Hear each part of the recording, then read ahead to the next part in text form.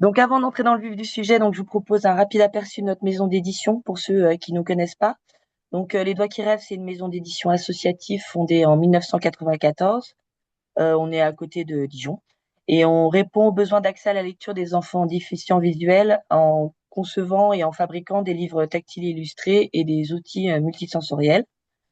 Notre ambition est simple, rendre la culture et la lecture accessibles à tous en proposant des livres partagés et destinés à tous les enfants. Donc, on va rentrer dans le vif du sujet donc avec la présentation des coffrets. Donc, le syllabaire, il est composé de 98 fiches réparties donc en 6 coffrets, comme celui-ci. Les fiches, donc elles sont une ouverture par scratch assez simple. Les fiches sont numérotées sur l'extérieur. On peut ainsi retrouver facilement la fiche que l'on souhaite. Et il y a sur chaque coffret donc un sommaire en noir et en braille qui permet de voir la notion abordée et celle qu'on veut rechercher. Donc on est parti sur une idée de coffret, enfin de fiches et de coffret du coup, pour deux raisons. Premièrement pour favoriser la lecture à plat, pour que les fiches puissent vraiment se mettre bien à plat, que la lecture se fasse plus facilement. Parce que on a commencé en essayant de faire un livre, enfin des livres. Le problème, c'est qu'avec les illustrations tactiles, avec le relief des illustrations tactiles, il y a certaines fiches du coup où la lecture se faisait pas bien puisqu'il y avait le relief des illustrations tout simplement. Et la deuxième raison, c'est aussi pour pouvoir choisir les notions que l'on veut aborder ce jour-ci ou avec tel élève et pas forcément emmener tout le coffret ou tous les coffrets. Ça permet aussi, cette flexibilité-là. Pardon, cette flexibilité-là. Voilà. Donc vous trouverez aussi dans les coffrets donc deux types de QR codes. Il y a le QR code qui est sur chaque coffret qui renvoie vers le guide pédagogique qui a été fait également par Anne Laureau, qui vous permet de vraiment bien appréhender l'usage du syllabaire. Et puis, sur le volume 1 et 2, il y a également un autre QR code sous chaque sommaire qui permet d'avoir des petites histoires audio en lien avec les fiches. Voilà, mais Anne vous en parlera après. Voilà. Ce syllabaire, il est donc aussi associé au livre Première lecture qu'on a conçu et créé trois petites histoires première lecture en lien avec la progression du syllabaire pour que les enfants, au fur et à mesure de l'apprentissage de la lecture, puissent commencer à lire tout seuls leurs histoires. Voilà. Et donc, si ça vous intéresse pour les premières lectures, il y a également un webinaire ce vendredi à midi. Voilà, si vous souhaitez vous inscrire ou le replay sera également disponible. Voilà. Donc voilà pour la forme. Pour le fond, je vais laisser la parole à Anne. Anne, est-ce que tu es là? Oui, tout à fait. Bonjour à tous et merci d'être là. Donc, effectivement, je m'appelle Anne Laureau, je suis enseignante spécialisée pour un public déficient visuel depuis 1995 et titulaire du CAEGA-DV option primaire depuis 1999. Bon, j'ai aussi été formatrice et membre du jury CAEGA-DV durant des années. Alors, au niveau de mon parcours, juste pour vous situer un petit peu, j'ai d'abord travaillé en région parisienne à l'IMPRO de Chilly-Mazarin, puis je suis arrivée à l'Institut des jeunes aveugles de Toulouse en 2000 avec différents publics d'enfants, notamment beaucoup d'interventions en maternelle et en CP, mais aussi des adolescents, un public avec ou sans troubles associés. Donc en gros, un panel assez large dans des dispositifs très divers, hein, des cours en interne à l'époque où l'inclusion n'était pas encore extrêmement développée, ou bien simplement des cours en interne puisque les élèves avaient des troubles associés, ou bien, bien sûr, j'ai fait beaucoup de suivi d'inclusion dans différents dispositifs également. Donc, ça fait une trentaine d'années que je suis enseignante et que j'enseigne le braille à différents publics. Alors, bon, pour ce projet, il se trouve que j'ai été consultée par Les Doigts qui rêvent autour d'un projet de révision du syllabaire, avec la proposition de retravailler la dernière mouture de la méthode des 6 points qui avait été proposée par Marilène Balavoine-Tonnel en lien avec les travaux de Nathalie Lévy-Dumont. Donc, je les remercie toutes les deux chaleureusement ici pour tout ce travail en amont, tout ce travail préparatoire. Juste pour continuer un peu sur les généralités, la proposition de 2026 a une forme un petit peu différente, hein, comme vous avez pu le constater, des versions précédentes, hein. Il y a eu la version de 1958 de Frère Jean-Sébastien, la version de 2012 des 6 points de Marilène Balavoine, éclairée aussi par tous les travaux de recherche de Nathalie Lévy-Dumont. Et donc cette année, avec les avancées de l'inclusion et surtout les avancées des dernières recherches sur la déficience visuelle. Donc, il y a une forme tout à fait différente. Même si la base peut être un petit peu commune. Alors, peut-être c'est pas mal que je vous présente en quelques mots le socle théorique, ce qui m'a permis d'élaborer ce syllabaire. Hein, juste dire quelques mots sur les travaux des chercheurs qui sont vraiment ma base de travail. Hein, ce qui a sous-tendu donc la conception des 6 volumes, mais aussi toutes les propositions que vous trouverez dans le guide pédagogique. Anaïs, hein, vous a indiqué qu'il y avait un QR code pour le guide pédagogique.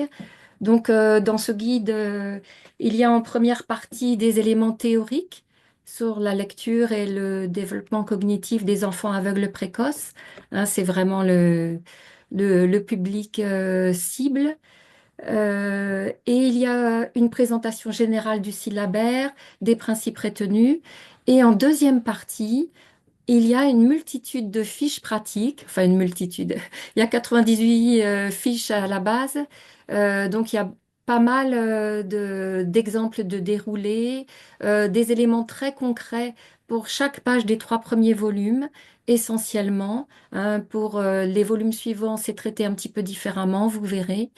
Alors, en sachant bien sûr que tout ça, c'est des propositions en fonction des dispositifs pédagogiques, de l'expérience de chacun, en fonction des élèves. Chaque enseignant adaptera, déclinera à sa guise ses premières propositions. Donc voilà en gros sur le guide. Bon, alors mon socle théorique, j'ai beaucoup utilisé les travaux d'Yvette Atwell sur le développement cognitif des enfants aveugles précoces. Un précoce, c'est-à-dire une cécité totale ou sévère qui est survenue avant l'âge de 3 ans. Hein, chez l'enfant aveugle précoce, le traitement de l'information se fait sur un mode alternatif par rapport aux enfants qui bénéficient de la vision, et donc ça oriente forcément les propositions pédagogiques. Peut-être je développe un tout petit peu, euh, juste pour vous dire que, en fait, quand on apprend un signe braille, on ne commence pas d'emblée par ce qui se passe sur le syllabaire. Il y a tout un travail en amont, il y a toute une préparation, une première étape, celle qui va conduire à construire une représentation mentale du signe braille. J'y fais beaucoup référence hein, dans le guide pédagogique.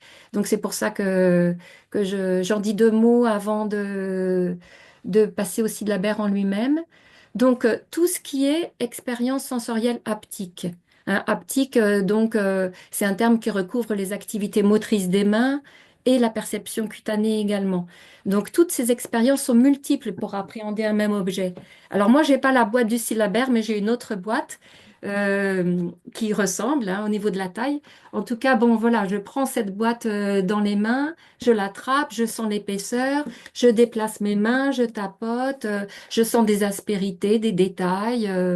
Est-ce que c'est important? Je ne sais pas. Je soupèse, j'ouvre, enfin, et puis j'entends tout ce qu'on me raconte sur la boîte en question, toutes les informations verbales.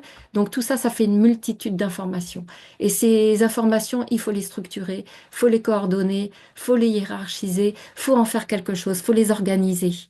Hein, et c'est compliqué. C'est coûteux quand on est quelqu'un d'aveugle depuis quasiment toujours.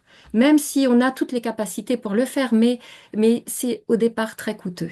Alors ça, c'est sur les objets. Le premier geste, hein, ça va être de prendre ce syllabaire, hein, ces boîtes du syllabaire. Donc c'est aussi pour ça que je l'évoque. Mais en braille, à l'échelle du braille, c'est absolument pas différent, même si l'échelle est limitée. Hein. Il y a le geste du balayage qui nous permet de sentir la densité de la lettre, nous dit la chercheuse Susanna Millard. Susanna Millard qui a été publiée par Les Doigts qui rêvent. Lire par le toucher, je vous invite vraiment à lire ça, c'est une Bible. Il y a le nombre de points qui est informatif, ce qu'elle appelle la numérosité. Il y a les points, il y a aussi tout ce qui est information spatiale que l'on sent en tournant les doigts sur une lettre. Il y a aussi le fait que c'est plus ou moins en haut ou en bas de la cellule braille. Enfin, et il y a tout ce qui est relié à la phonologie. Cette lettre fait quel son? Et tout ce que l'enseignant a pu raconter à l'élève sur la lettre. Donc tout ça, c'est une multitude d'informations qu'il va falloir mettre en lien, qu'il va falloir unifier pour constituer une représentation mentale de la lettre braille. Hein, c'est vraiment cette question des représentations mentales et de leur traitement qui est au cœur de l'apprentissage de cette première étape en amont. Vous verrez dans le guide pédagogique, je fais beaucoup de propositions autour de cela. Hein, pour ça, j'utilise la cognition incarnée, donc tout ce qui se construit à partir des interactions sensorimotrices avec l'environnement. Dans le champ de la déficience visuelle, c'est très exploité. On a les travaux d'Édouard Jantaz, de Daniel Valente, qui a beaucoup travaillé avec les doigts qui rêvent, et on a utilisé ses travaux pour les illustrations. Il y a aussi Florence Barra, qui travaille avec ces outils. Hein, c'est vraiment la cognition incarnée, enfin, l'idée c'est que la manipulation laisse des traces mnésiques. L'amorce d'un geste ou d'un mime vont suffire à rappeler ce qui a été expérimenté antérieurement. Et toutes mes propositions sur l'introduction des signes braille et également sur les questions de compréhension sont issues de cette théorie. On peut expérimenter le corps avec les lettres mais pas uniquement le corps propre. Hein. Enfin, on peut expérimenter les lettres avec le corps. Je ne sais pas si je l'ai dit dans le bon sens, mais en tout cas, je le redis. Mais voilà, pas uniquement le corps en lui-même, mais le corps en interaction avec un objet, de la façon dont on est en interaction avec le braille quand on touche le braille. Par exemple, on peut poser sur la table de l'élève une boîte ouverte à gauche et demander à l'élève de rentrer son bras dans la boîte et c'est l'introduction à la lettre Y. Hein, qui a le point 2 manquant. Donc voilà, on peut faire ce travail préalable et tout un tas d'étapes qui seront développées dans le guide pédagogique pour arriver jusqu'à la lettre. Je donne juste un petit exemple concret et après je passe aux fiches du syllabaire. Euh, il y a un certain nombre d'années, j'avais reçu un enfant qui s'appelait Rida, un élève de 6 ans, primo-arrivant, ayant très peu bénéficié d'une scolarité, très peu mobilisable au plan des apprentissages, avec une cécité totale de naissance. Un élève qui remplissait et vidait des boîtes. C'était tout ce qu'il faisait, avec des perles, enfin tout un tas d'objets. C'était passionnant à regarder, il y avait beaucoup d'expérimentation. Et je me suis dit, bon, il n'est que là-dedans. Il faut que je l'utilise pour lui apprendre les lettres braille. En réfléchissant au constat de Millard sur les questions de densité de la lettre, bon, bah, vide et plein, ça correspond donc à la densité de la lettre. Donc, ça peut être le début de l'encodage de la lettre. Donc, je me suis dit, vide et plein, c'est quelle lettre? Ben, vide, c'est le O, plein, c'est le R. Bon, bah, voilà, c'est plus facile de travailler avec une voyelle puisqu'elle porte le nom du phonème. On va choisir le O. Donc, j'ai proposé à mon élève différentes étapes pour l'amener à apprendre le haut. J'ai proposé donc un travail plus cadré sur le remplissage et le vidage. Il s'agissait de remplir ou vider des boîtes. Et donc, j'ai fait plein d'étapes et je ne sais pas si vous voyez bien, mais donc plein d'étapes avec des petits bouchons, des choses comme ça qui devaient remplir et vider. Je me suis dit, bon, bah, maintenant qu'il a acquis ça et qu'il sait dire vide et plein, hop, je lui propose de coller sur des feuilles des cercles rigides qui représentent des boîtes et on va les remplir d'objets, on va les remplir de petites gommettes, donc avec des tailles de plus en plus petites. Euh, voilà, du vide et du plein. Et puis ensuite, hop, l'élève était mobilisable sur quelque chose de beaucoup plus lié au braille. Donc, des groupes de haies ou des contours vides, 2 par page, puis ensuite 4 par page, et puis également quelque chose qui ressemble aux fiches de Serge Guillemet qui ont été republiées par Les Doigts qui rêvent en 2012, donc sur le vide et le plein. Donc ça, toutes ces étapes franchies, donc l'élève savait dire si c'était vide ou plein. J'ai proposé une fiche particulière qui amenait au haut, voilà, à la lettre O. Donc en fait, le W et le R, c'était donc la petite boîte pleine, et le E dans l'eau et le O à coller, c'était la petite boîte vide, avec différentes étapes, jusqu'à une suite de O et de R. Et quand je suis arrivée au O, je lui ai dit, ben, figure-toi que tout ça, on fait ce travail pour que tu apprennes la lettre O. Donc ce que tu touches, ce petit bout de vide, cette lettre un peu vide, c'est le O. Vide, c'est O. Et donc, à chaque fois que mon élève disait vide en touchant un O, je lui disais bravo, c'est O. Et puis, peu à peu, l'élève s'est emparé de ça. Au lieu de dire vide, il s'est mis à dire c'est O, puis il s'est mis à dire O. Et voilà, il était rentré dans le O, il avait commencé à apprendre. Et donc, forte de cette expérience, je me suis dit, bon, bah alors et maintenant, il faut que j'aille voir un peu ce qui s'est passé. Donc, j'ai relu Millard, je me suis replongée dans la théorie. En fait, c'est assez passionnant, hein, ce va-et-vient entre ce que nos pratiques et ce que les chercheurs nous donnent à voir. Hein, en fait, on utilise les travaux des chercheurs pour construire des cours, d'un côté, et de l'autre côté, lorsqu'on a fait des expérimentations, on puise chez les chercheurs des explications et des pistes pour poursuivre et pour un petit peu normaliser notre apprentissage. Donc voilà, en fait, tout ce qui est dans ce guide pédagogique ainsi que dans le syllabaire, c'est issu de ce va-et-vient entre une pratique et pas seulement la mienne, hein, je travaille aussi beaucoup avec des ergots, des psychomotes ou autres, donc entre une pratique et les travaux des chercheurs. Et puis alors donc là, j'ai présenté tout ce qui concerne les représentations mentales des signes braille, tout ce qui est en amont du syllabaire, mais il y a aussi tout ce qui concerne la didactique de la lecture en elle-même. Hein. Donc, la lecture, c'est pas seulement une affaire d'identification des signes, mais c'est aussi une affaire de correspondance graphophonémique. Hein. À un signe ou à un groupe de signes écrits correspond un phonème, un son. C'est aussi une affaire de combinatoire. Les graphèmes se combinent entre eux pour former des syllabes, les syllabes des mots, les mots des phrases, les phrases des textes. Donc voilà, c'est une affaire de lien, de combinatoire. Et pour ça, donc, bien sûr, intervient la didactique de la lecture, dans laquelle j'ai beaucoup puisé, vous imaginez. Les travaux des chercheurs en sciences du langage, comme Alain Bentolila, Stanislas Dehaene, Jérôme Rioux, Liliane Sprenger-Charol, et bien sûr tout ce qui concerne la lecture braille. Ça a bien sûr nourri mes propositions, Nathalie Lévy-Dumont, Susanna Millard dont j'ai parlé, Marlène Hopt par exemple.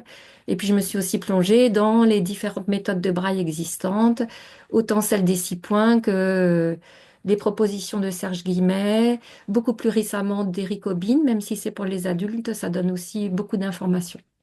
Et puis bien sûr les exercices de lecture de Nathalie Lévy-Dumont, avec lesquels ce syllabaire est compatible.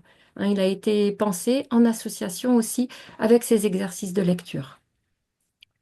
Bon, on arrive enfin à la présentation des petites fiches, enfin des grandes fiches d'ailleurs, elles ne sont pas si petites.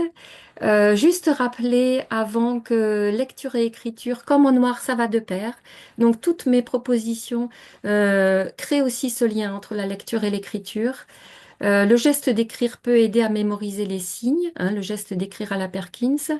Et puis, pour déterminer l'ordre des signes à apprendre, les contraintes liées à l'usage aussi très importantes, puisque c'est très coûteux, enfin c'est très, ça demande des habiletés motrices importantes, l'usage de la Perkins. On ne peut pas proposer d'emblée des lettres qui nécessitent une dissociation des doigts. Il faut vraiment y aller pas à pas. Voilà, alors donc ce syllabaire, donc ces fiches, elles sont proposées dès la grande section. hein. C'est vraiment important de démarrer le plus tôt possible. Peut-être même il pourrait y avoir des prémices en moyenne section, mais c'est plus concernant tout ce travail en amont sur les signes braille. Hein. Pourquoi démarrer en grande section? En fait, la maîtrise du braille est très exigeante, hein. Il y a 64 signes si on inclut la cellule vide. Il faut l'étaler et commencer sur des bases solides en prenant son temps tranquillement pour mettre en place donc l'identification des signes, les prémices de la combinatoire, la familiarisation avec les questions de compréhension, notamment tout ce qui concerne les inférences, hein, c'est-à-dire la façon dont on va chercher des informations qui ne sont pas explicitement données dans les histoires. Donc, en fait, euh, tout cela, ça peut se préparer en grande section quand on a le temps, quand il y a des dispositifs d'atelier basés sur le respect du rythme individuel. Là, on peut disposer d'un temps quotidien. Il peut y avoir des relais. Les enseignants spécialisés peuvent trouver des relais auprès des AESH, par exemple, et ça permet d'avoir un temps quotidien d'évoluer au braille. Et puis, ça permet aussi aux élèves, lorsqu'ils arrivent en CP, d'être à l'aise pour suivre la même chose, le même programme que leurs camarades. Pardon, je vais boire un petit coup. Voilà, en fait, du coup, les élèves en arrivant au CP peuvent, peuvent avoir le même bagage. Ils connaissent les signes braille comme les élèves voyants qui connaissent les signes noirs, les lettres en noir. Bon, ça favorise l'inclusion, bien sûr. Et ça permet de suivre le rythme soutenu du CP. Donc, on a 6 volumes. 6 volumes présentés par Anaïs, donc avec des couleurs différentes pour que ce soit bien repéré. Et ces volumes, on les a pensés groupés 3 par 3. Dans les 3 premiers volumes, il y a les principaux signes braille. C'est les 3 premiers volumes qui sont exploitables pour la grande section. Donc on a 52 signes hein, sur 63, 37 lettres, 10 chiffres et 4 signes de ponctuation, quelques graphèmes complexes et quelques mots-outils. La plupart des graphèmes complexes et les derniers signes braille se trouvent dans les volumes 4, 5 et 6, avec à chaque fois des étapes pour pouvoir accéder seul à la lecture des premières lectures donc, que vous a présenté Anaïs tout à l'heure. Alors, les fiches en elles-mêmes, est-ce que vous voyez bien ces fiches? Donc, ça, c'est la première fiche. Donc, c'est le et le A, bien sûr. On démarre par ces lettres classiques en braille. Avec du côté gauche, donc des repères. Donc là on peut-être on voit mieux en noir, mais c'est aussi en braille. On a le et qui sert de repère pour savoir à quel endroit de la cellule braille se situe le signe. On a le mot exemple, ce qu'on appelle le mot exemple, donc c'est ce qui correspond à l'illustration. Et puis on a le numéro de page tout en bas. Donc voilà. Avec le mot exemple, il y a une histoire, l'histoire enregistrée dont a parlé Anaïs tout à l'heure, que vous trouverez via le QR code. En fait, c'est une histoire page par page que j'ai écrite vraiment comme une sorte de trait d'union entre ce qui est proposé en milieu ordinaire, en établissement scolaire, et ce qui est proposé pour les aveugles. C'est une histoire complètement adaptée aux problématiques des aveugles, avec un traitement des inférences progressif et avec des, euh, des échos à ce qui peut soit poser problème aux personnes aveugles, aux enfants aveugles, soit faire un petit peu le cœur de leurs préoccupations. Bon, par exemple, ça peut être le cachet, qu'est-ce que le cachet? Ça peut être également le lien entre le réel et le virtuel. Ça peut être aussi tout ce qui concerne le déguisement, bon, des choses comme ça.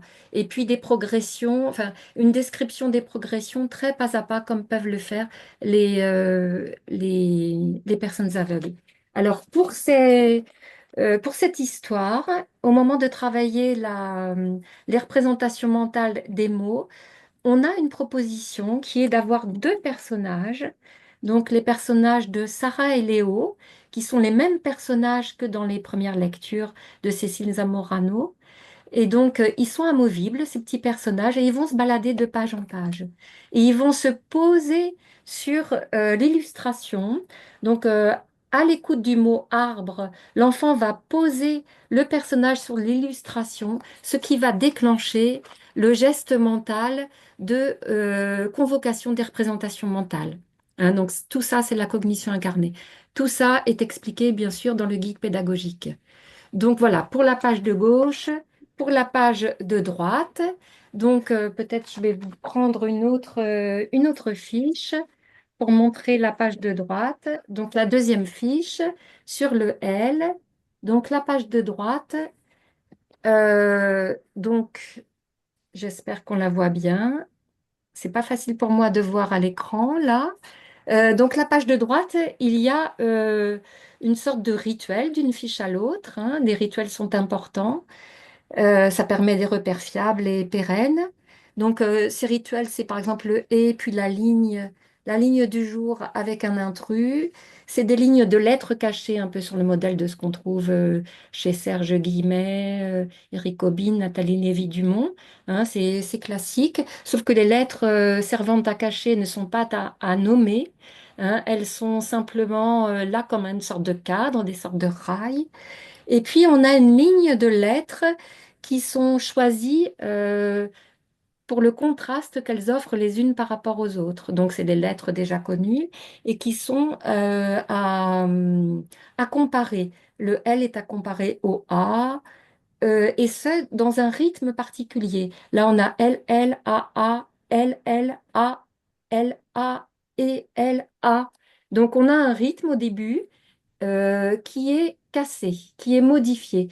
Et cette modification du rythme est là pour travailler la question de la variation, la question euh, de la flexibilité mentale, qui n'est jamais simple pour les enfants déficients visuels, notamment pour les enfants aveugles de naissance, qui ont moins d'expériences redondantes. Donc forcément, la flexibilité mentale, donc changer de stratégie, va être un peu plus compliqué. Or, c'est très en jeu dans la lecture. Hein. On a L et A qui font là, et puis tout d'un coup, on a un N qui arrive, L-A-N, ça fait lent. Donc, il faut inhiber la première habitude, L et A font là, pour intégrer ce N, et donc il faut changer de stratégie. Il faut décoder ensemble le A et le N, et puis le relier secondairement au L qui était là au préalable. Hein, donc, tout ça, ça fait appel à de la flexibilité mentale et à de l'inhibition cognitive. Donc ça, c'est aussi quelque chose qui est beaucoup, beaucoup développé dans ce syllabaire. Donc là, par exemple, la suite des lettres va travailler cette question. Euh, la suite des syllabes également, ou les mots également. Enfin, toutes ces questions de variation sont en jeu dans le syllabaire. Vous voyez également une ligne de séparation. Hein, c'est ce qui sépare le travail proposé aux grandes sections du travail proposé au CP, en sachant bien sûr que cette ligne est virtuelle, elle peut être complètement modifiée, ce qui fera très plaisir à un élève de grande section s'il parvient à lire quelques syllabes. Voilà, il aura travaillé ce que les CP devraient normalement faire. Euh, voilà, donc la flexibilité mentale là est travaillée sur cette fiche du B. On a ba, bi, bo, bé, ab, ib, ob, eb, ib. Hein, donc on a à la fois consonne-voyelle et puis voyelle-consonne. Et puis en deuxième ligne, on a à la fin quelques syllabes qui ne sont pas des syllabes avec B. Donc c'est une variation. On fait varier les choses. Je vous fais aussi repérer que là, on a très rapidement des mots, ce que j'appelle des syllabes mots. Donc en fait, on dirait des syllabes, hein, bal, bol, bop, bip, bic, bac, mais en fait, c'est aussi au maximum des syllabes qui font sens, hein, des syllabes mots. Donc il peut être demandé à l'élève de toujours se mobiliser au plan du sens. À la fin de chaque volume, il y a ce qu'on appelle un pass, une passe pour passeport, pour passage. Donc c'est le passage au volume suivant. Donc c'est une sorte de petite fiche d'évaluation avec des modèles d'exercices déclinables par l'enseignant comme il le souhaite, sachant bien sûr que tous les exercices de Nathalie Lévy-Dumont dans les exercices et jeux de lecture sont exploitables dès le départ. Donc ça, c'était pour le volume 1. Dans le volume 2, il y a également, juste je vous montre quelques pages, donc à la fois des rituels et à la fois des variations. Euh, donc, on aura toujours la ligne de lettres avec les intrus, avec le et. On aura également la ligne de lettres cachées, il n'y en a plus qu'une. Et puis, une ligne très importante qui est une ligne qui va permettre de travailler la comparaison entre les lettres. Et c'est une ligne beaucoup basée sur soit des contrastes, soit de la numérosité. C'est-à-dire, par exemple, là, on a le T et le S, hein, c'est la fiche du T. Donc, le T a un point de plus par rapport au S. Et donc, sur cette ligne, il va être proposé à l'enfant de comparer ces deux lettres. Et tout cela dans une sorte de rythme, toujours, hein, qui va varier au bout d'un certain temps. On a TS, TS, TTS, TSST, hein, donc, il y a toujours de la variation pour la flexibilité mentale. Donc, on a les lignes de syllabes avec ces syllabes mots, tir, tic, tac, toc. Et on a des mots. Les mots vont être aussi présentés selon un certain schéma, hein. Vous trouverez toutes ces explications dans le guide pédagogique avec des rapprochements morphologiques. Euh, par exemple, on peut avoir passé, dépassé, des choses comme ça. Il y a quelque chose qui s'est mis sur mon ordinateur, je l'enlève, désolée. Et il y a également une petite historiette. Et cette petite historiette, autant dans le premier volume, elle ne mettait pas en jeu le mot exemple. Dans le deuxième volume, elle met en jeu le mot exemple. Donc là, c'est issu ou elle ne le met pas en jeu. Alors là, pour tout ce qui concerne les lettres, l'apprentissage des lettres, en fait, le mot exemple n'est pas mis en jeu. Par contre, pour tout ce qui concerne l'apprentissage des graphèmes complexes ou des mots-outils, le mot exemple est mis en scène. Donc, ce sont une sorte de rituel. C'est une sorte de rituel auquel l'enfant va s'habituer au fur et à mesure. Donc, tout ça, c'est dans le cadre de ces variations. Je vous présente juste une page. Ah bah tiens, euh, ici donc aussi un crabe à toucher pour la page creux, treux, vreux. Donc avec d'autres gestes, il y a aussi des variations de gestes pour les illustrations qui ont été beaucoup travaillées en lien avec Solène des Doigts qui rêvent. Voilà. Pour le volume 3, le volume 3, en fait, c'est un volume sur les lettres accentuées et les chiffres.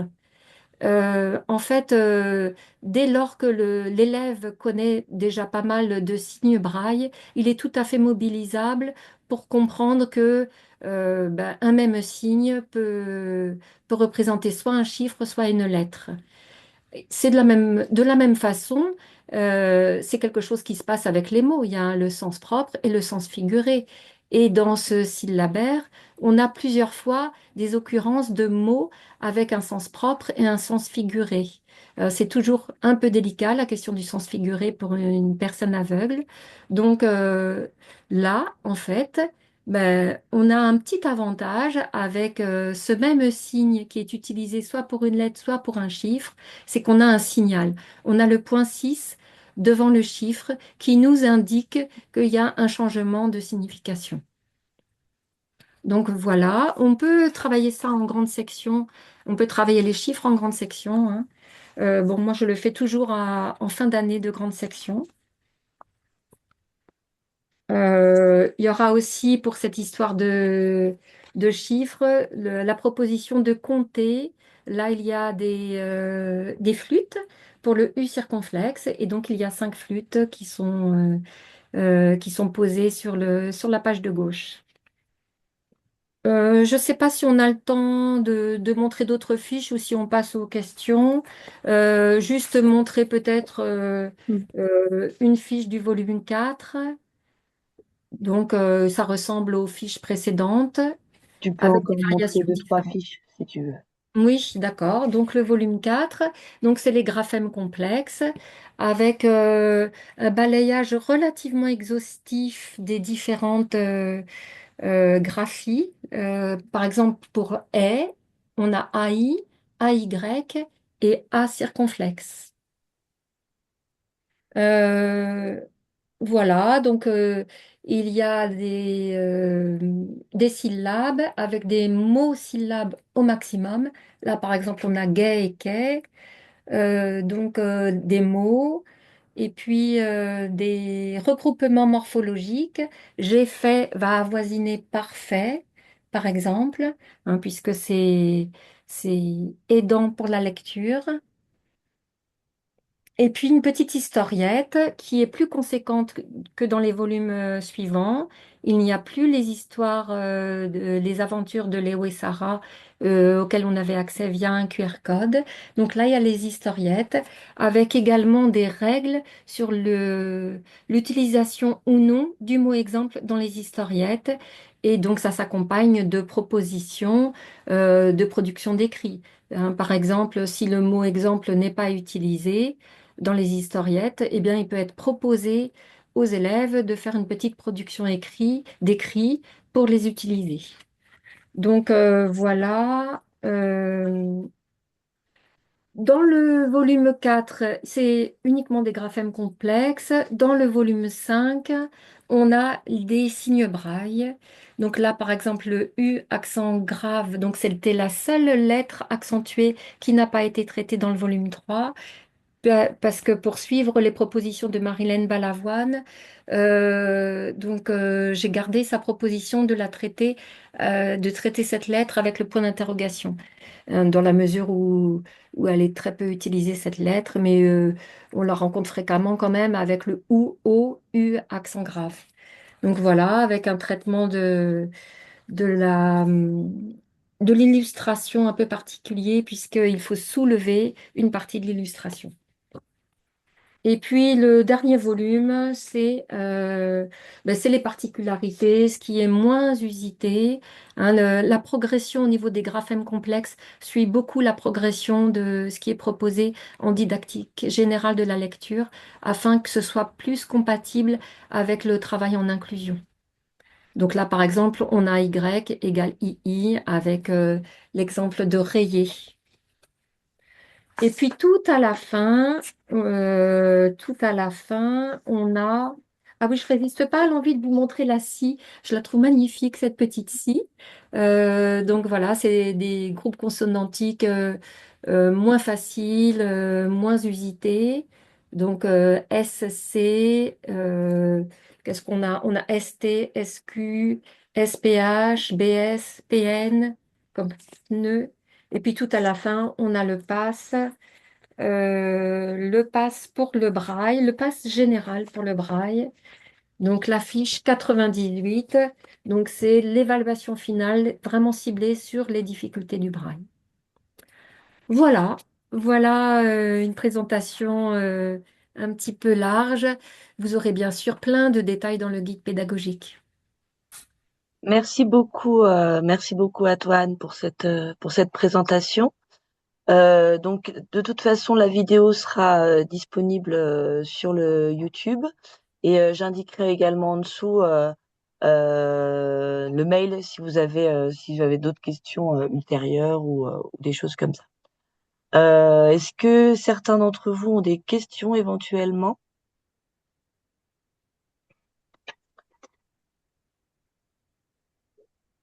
Non, tout est Aussi, j'ai deux questions. Alors, Oui. donc sur quel type de papier c'est du papier blanc, enfin c'est pas du Jitex. Non, c'est du papier blanc 170 grammes embossé. Mhm. D'accord, très bien. Et la deuxième question, c'est est-ce que les historiettes sont uniquement en audio ou est-ce qu'elles sont aussi à un endroit en braille? Alors, les aventures de Léo et Sarah, donc, sont effectivement en audio, mais également dans le guide pédagogique. Et donc, vous pourrez les imprimer. Elles ne sont pas en braille parce qu'elles ne sont pas à lire par les élèves, hein, puisque, en fait, il s'agissait quand même d'avoir la possibilité d'utiliser un certain nombre de signes pour travailler d'autres questions, puisque c'est très, très contraignant au début de l'apprentissage de n'avoir que quelques signes pour inventer des histoires. Donc, ça n'a pas été le choix qu'elles soient lisibles. Par contre, il y a des mini-historiettes dans la page de droite, hein, mais mini-mini. Mais vous pourrez les imprimer, soit en braille pour vous si vous êtes un enseignant utilisant le braille, soit en noir si vous utilisez la vision. Merci. Pardon. Oui. Bonjour, j'avais aussi une question concernant, est-ce qu'on peut avoir le guide pédagogique seul? Ah, on ne s'est pas posé la question, effectivement. Euh, honnêtement, je ne sais pas si. Qu'est-ce que tu en Ok. penses, Anne? Il me semble que ça pourrait être possible, bon, à voir avec bien sûr Sophie Blin. Euh, La directrice des Doigts qui rêvent. voilà, voilà. Mais effectivement, si vous avez vos propres fiches ou s'il y a déjà un usage particulier de l'apprentissage du braille, ça peut apporter des éléments supplémentaires. Je fais énormément référence aussi aux questions de compréhension, par exemple. Euh, bon, c'est à réfléchir. Ok. Oui, on va réfléchir. On n'avait pas du tout pensé à cette possibilité. Cette question, juste, je dis pourquoi je la pose, parce que c'était le passage d'un élève qui maîtrisait déjà le noir. Et donc, du coup, ça peut quand même être intéressant d'avoir ce guide pédagogique. Bref, voilà. Et, Ok. alors que le syllabaire, il me semble-t-il, un peu trop, pour un élève de CM2 sixième, un peu trop, pas toujours adapté. Voilà, dans la rapidité. Enfin, je sais pas. Il y a déjà des fiches construites et tout ça. Donc, c'est pour ça que je posais la question. Alors, justement, je me suis aussi beaucoup interrogée là-dessus. Bon, c'est vrai que le public cible d'origine, c'est quand même grande section CP, CE1. Ceci dit, j'ai utilisé ce type de fiche également avec des élèves apprenant le braille alors qu'ils savent déjà lire, et c'est un usage tout à fait différent des mêmes fiches. C'est possible. C'est possible en ciblant sur les regroupements morphologiques, en faisant, enfin, vraiment en orientant le travail autrement. Parce Ok. que, en fait, j'ai vraiment fait des propositions à plein de niveaux différents. Et il y a notamment cette proposition de l'amorçage orthographique, hein, puisque vraiment l'orthographe nous indique comment lire certains mots. C'est vraiment quelque chose qui nous aide à la lecture, d'où ces rapprochements morphologiques. Donc on peut orienter de cette manière-là avec un élève qui sait déjà lire. Parce que ceci dit, même si c'est déjà lire, ben, l'ordre d'apprentissage des signes, ça va être quelque chose à traiter. Et on peut utiliser l'ordre de ce syllabaire. Donc, pas forcément utiliser les fiches de la même façon, hein, et peut-être aller beaucoup plus vite, mais exploiter autrement les fiches. En tout cas, j'ai pensé le syllabaire pour que ce soit possible. Merci beaucoup. Alors, on a des commentaires. Anne, belle présentation passionnante. Pas de questions, mais juste waouh, quel travail qui va être bien utile sur le terrain. Quel Merci. travail. Merci beaucoup. Nous attendions Syllabaire depuis quelque temps. Nous allez faire une heureuse. Merci pour ce travail, merci pour ce beau travail et cette belle présentation. Ah, voilà, donc les gens ont l'air plutôt contents. Et on a également une Merci à question vous. sur le prix. Donc le prix pour les 6 coffrets est de 520 € pour les 6 volumes. Sachant que pour ceux qui nous connaissent et ceux qui nous connaissent pas, tous nos livres donc sont, enfin tous nos ouvrages sont imprimés et fabriqués en France. On a un atelier qui découpe les éléments tactiles, qui les colle. Enfin voilà, c'est tout un travail artisanal. En plus du fait d'avoir les coffrets et puis malgré tout 98 fiches et c'est énormément de travail. On a baissé le prix au maximum, voilà. Donc 520 €. Alors, quand pouvons-nous passer commande? Alors, vous pouvez déjà passer commande. Pour les livraisons, ça peut être fait soit courant juillet, soit en septembre, comme ça vous a.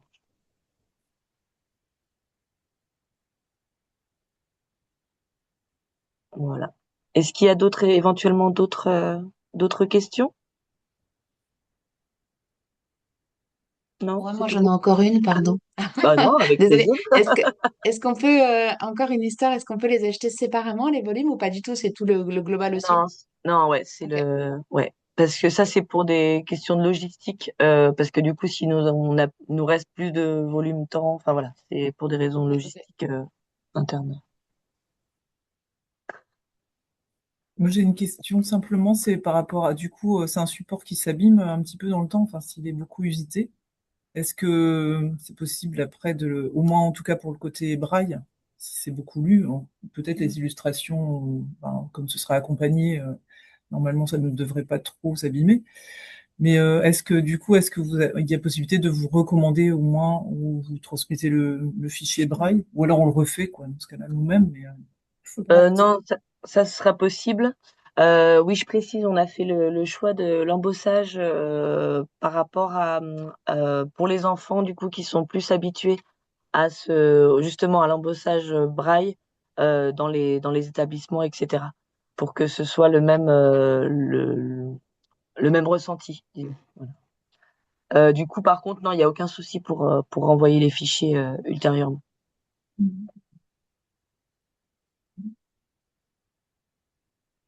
Encore, hein.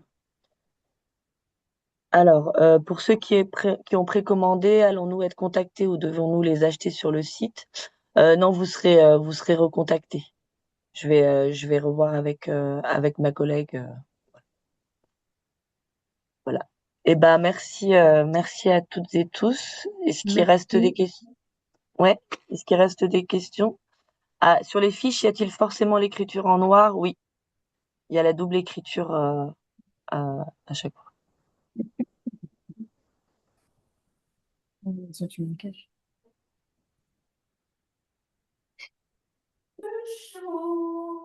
Voilà. Merci à toutes et tous d'avoir été nombreux à visionner ce petit webinaire et puis donc il sera redisponible sur la chaîne YouTube des Doigts qui rêvent. Et merci beaucoup à Anne pour déjà tout ce travail et puis pour cette présentation. Eh bien, en tout cas, merci à vous et n'hésitez pas, moi je suis assez friande aussi des retours, de vos retours.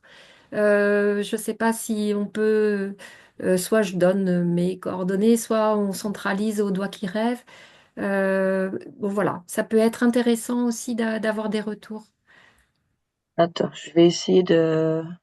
Ah ben non, ce que je vais faire, j'enverrai un mail avec à tous les participants avec tes coordonnées. Et puis D'accord, comme ça, voilà, s'il y a des retours, ça pourrait se faire directement. ok, parfait. Voilà. Et ben merci à tout le monde et à bientôt. Donc vendredi, si ça vous intéresse, Sarah et Léo, les livres première lecture. Voilà, à partir de midi. Voilà. Merci à tout le monde. Au revoir. Au revoir. Mm.